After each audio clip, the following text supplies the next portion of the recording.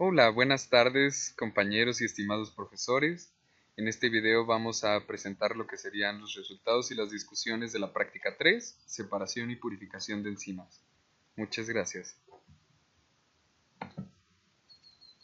Introducción. Hay dos tipos de extracción, la intracelular y la extracelular. La intracelular es la separación de la biomasa del sobrenadante de la fermentación y la extracelular requiere rompimiento celular mediante métodos físicos, químicos o enzimáticos. En esta imagen podemos ver las etapas de la precipitación. Tenemos la solución y después la suspensión. Para precipitar utilizamos sulfato de amonio que se une los iones, un enlace iónico con la proteína y después por centrifugación se precipitaron las proteínas. Objetivo general: realizar un proceso de extracción y purificación de enzimas. Y objetivos específicos: obtener alfa-amilasa a partir de un medio de producción y concentrarla. Cuantificar enzima obtenida mediante el método de Bradford. Y bueno, los materiales y equipos empleados para esta práctica fueron una centrífuga, un matraz Erlenmeyer de 250 mililitros, tubo Zeppendorf, un potenciómetro, un vaso de precipitado de 250 mililitros, un espectrofotómetro, celdas de UV-Vis, micropipetas de 2 a 20 y de 100 a 1000 microlitros, una gradilla para tubo Zeppendorf, sulfato de amonio para precipitar, un buffer de sulfatos de pH 7 y el reactivo de Bradford.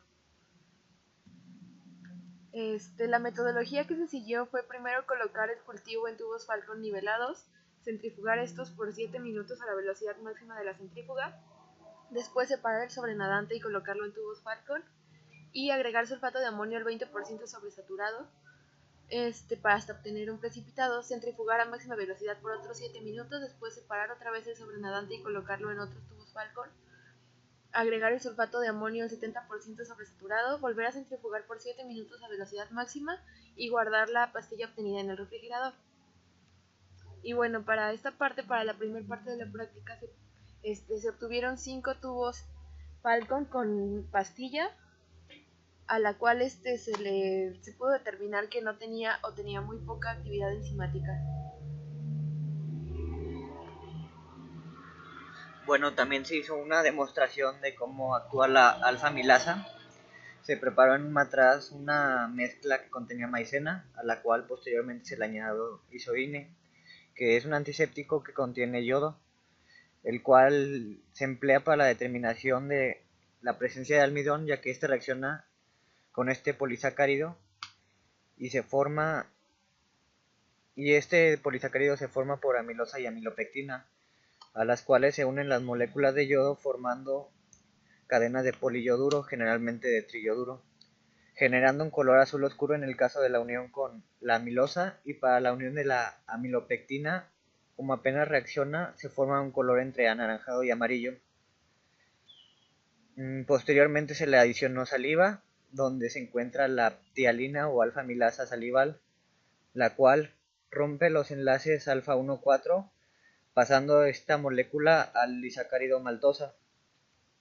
De esto se pudo observar que la reacción se lleva a cabo ya que al principio mostraba un color parecido a anaranjado y posteriormente a la adición de la saliva fue perdiendo este color, separándose en fases.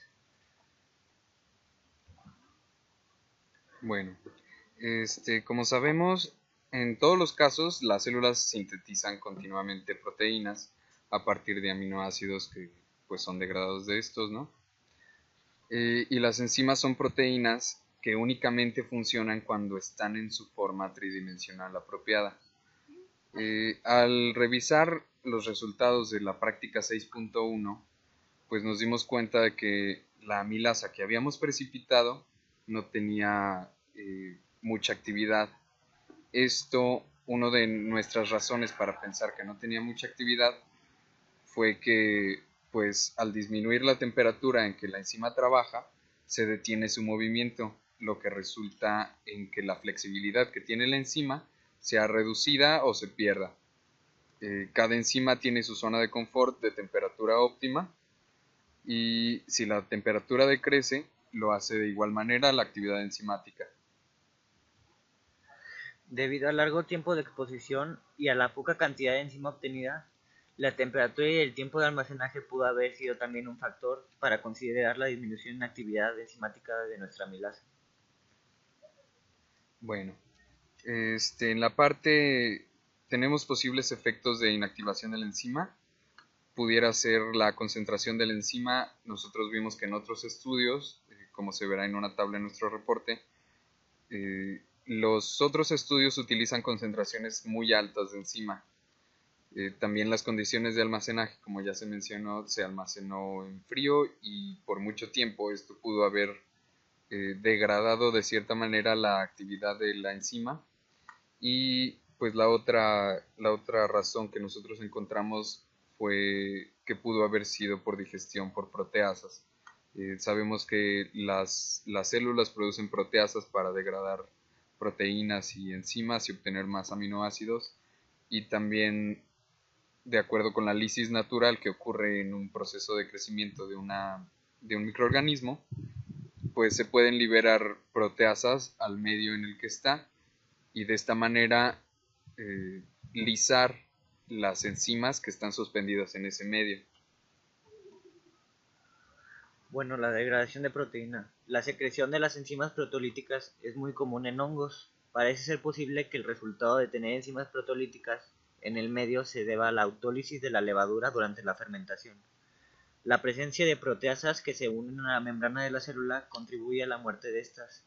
Son unas enzimas proteolíticas las que pudieran ser las causantes de la degradación de proteínas extracelulares, como en el caso de la alfa-amilasa. La precipitación con sulfato de amonio pues es un método utilizado para purificar proteínas. El sulfato altera la solubilidad de las proteínas debido a que la solución salina crea enlaces iónicos con todas las proteínas que pues hay en el medio, y la intensidad de estos enlaces aumenta al aumentar la concentración de la solución salina. Nosotros agregamos al inicio un 20% de solución salina, a lo que después llevamos la concentración salina cerca de un 56%. Esto pues nos produjo 5 pastillas, las 5 pastillas que obtuvimos en los tubos Falcon, y estas pastillas pues estaban muy cargadas. Esto pues se debe a que la concentración de la solución salina era más, por lo tanto se pudieron precipitar muchas proteínas. Lo que no estamos seguros y no podemos estar seguros es que todas las proteínas que se hayan precipitado sean de alfa-amilasa. Hay otras proteínas extracelulares que pudieran haber terminado en nuestra pastilla, así como la misma solución salina.